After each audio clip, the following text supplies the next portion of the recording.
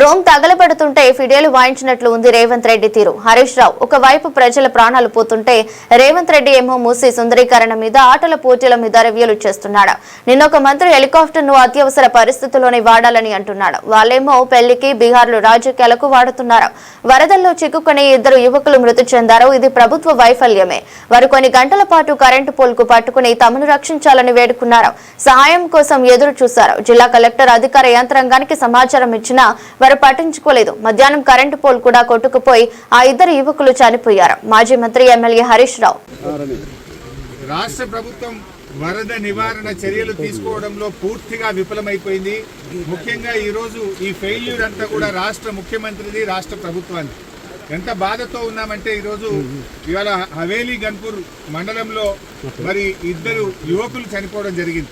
వాళ్ళ పిల్లలు, ముఖ్యంగా 2 పిల్లలు గురుకుల పాఠశాలలో చదువుతున్నారు. వర్షాల వల్ల గురుకుల పాఠశాల లీక్ అవుతా ఉంది, మీ పిల్లల్ని తీసుకుపోండి అని ప్రిన్సిపల్ ఫోన్ చేస్తే పిల్లల్ని మెదక్కు పోయి తీసుకొచ్చుకుందామని బయలుదేరి మరి ఆటోలో నడుపుతున్నటువంటి యాదగౌడు, ఆటోలో కూర్చున్న సత్యనారాయణ 2 కూడా ఈ వరదలో ఆటో కొట్టుకుపోయి చనిపోవడం జరిగింది.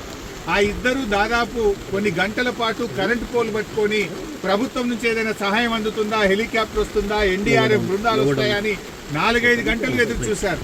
కరెంటు పోల్ మీద నుంచి ఫోన్లు కూడా చేశారు. కానీ కలెక్టర్ గారు కానీ జిల్లా యంత్రాంగం ఎవరు స్పందించలేదు. మధ్యాహ్నం 2 తర్వాత కరెంటు పోల్ కూడా వరద ఉధృతికి పడిపోయి ఆ వరదలో కొట్టుకొని ఆ 2 కూడా చనిపోవడం జరిగింది. అంటే ఇది కేవలం ప్రభుత్వ వైఫల్యం. నిన్న ఒక మంత్రి గారు మాట్లాడుతూ అంటాడు, హెలికాప్టర్ అంత అవసరమైతే తప్ప వాడద్దట. మీరు మాత్రం పెళ్లిలకు వాడండి, బీహార్లో రాజకీయాల కోసం వాడండి, మీ సొంత కార్యక్రమాలకు వాడుకోండి. ఆనాడు ఖమ్మం జిల్లాలో కూడా హెలికాప్టర్ పంపకపోతే ప్రాణాలు పోయినాయి. ఇవాళ మెదక్ జిల్లాలో కూడా సకాలంలో హెలికాప్టర్ రాక ప్రజల ప్రాణాలు పోయినాయి. అంటే ప్రభుత్వం ముందస్తు చర్యలు తీసుకోలేదు.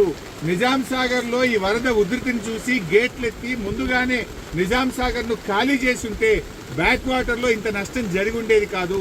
అటు ఇంజనీరింగ్ లోపం ఉంది, ప్రభుత్వ వైఫల్యం ఉంది. నిన్న ముఖ్యమంత్రి గారు ఇంత వరదలు వస్తుంటే వీడియో కాన్ఫరెన్స్ పెట్టి అత్యవసరంగా రివ్యూ చేయాల్సిన ముఖ్యమంత్రి ఆయన మూసీ సుందరీకరణ రివ్యూ చేస్తున్నాడు. ఇవాళ పొద్దున్న లేచి ఆటల పోటీల గురించి రివ్యూ చేస్తుంది. ఒక దిక్కు ప్రజల ప్రాణాలు పోతున్నాయి, తాగడానికి నీళ్లు లేవు. హవేలీ గన్పూర్లో నిన్నటి నుంచి కరెంటు లేక 7-8 గ్రామాల ప్రజలు మంచినీళ్లు లేక వర్షపు నీళ్లను ప్లేట్లలో, గ్లాసులలో పట్టుకొని తాగుతున్న పరిస్థితి ఉన్నది. ఇవాళ రేపు అంటు రోగాలు ప్రబలేటువంటి అవకాశం ఉంది. వచ్చే 24 గంటలు ఇంకా పెద్ద ఎత్తున వర్షాలు ఉన్నాయని వాతావరణ శాఖ చెప్తా ఉంది. ప్రజలు ఇబ్బందుల్లో ఉన్నారు. ప్రభుత్వం ఇప్పటికైనా మేల్కొని అత్యవసర చర్యలు చేపట్టి ప్రజలను కాపాడుకోవాలి. ప్రజలకు త్రాగునీరు అందించండి, ప్రజలకు అవసరమైన ఆహార పొట్లాలను పంపించండి, హెలికాప్టర్లను అందుబాటులో పెట్టండి. ఎందుకంటే బాగా తడిచి ఉన్నది, ఇప్పటికే నీటి ప్రవాహం ఉంది. ఇంకా వర్షం ఏమన్నా కొద్దిపాటి వర్షం ఎక్కువ పడ్డా కూడా మరి చెరువులు కానీ తెగేటువంటి ప్రమాదం ఉంటుంది. కనుక అన్ని జాగ్రత్తలు ప్రభుత్వం తీసుకోవాలని చెప్పి కోరుతా ఉన్నాం. ఏదైతే పంట నష్టం జరిగిందో ఒక్కొక్క రైతుకు ఎకరానికి 25,000 రూపాయల సహాయం అందించాలని కోరుతున్నాం. చనిపోయిన ఆ 2 కుటుంబాలకు కూడా ఒక్కొక్కరికి 25 లక్షల ఆర్థిక సహాయం అందించాలని కోరుతున్నాం. ఇక్కడే పక్కనే ధూప్ సింగ్ తండా ప్రజలు తండాను వదిలిపెట్టి గుట్ట మీద ఉన్నారు. రాత్రంతా కూడా గుట్ట మీదనే ఉన్నారు. వాళ్ళకి మంచినీళ్ళు లేవు.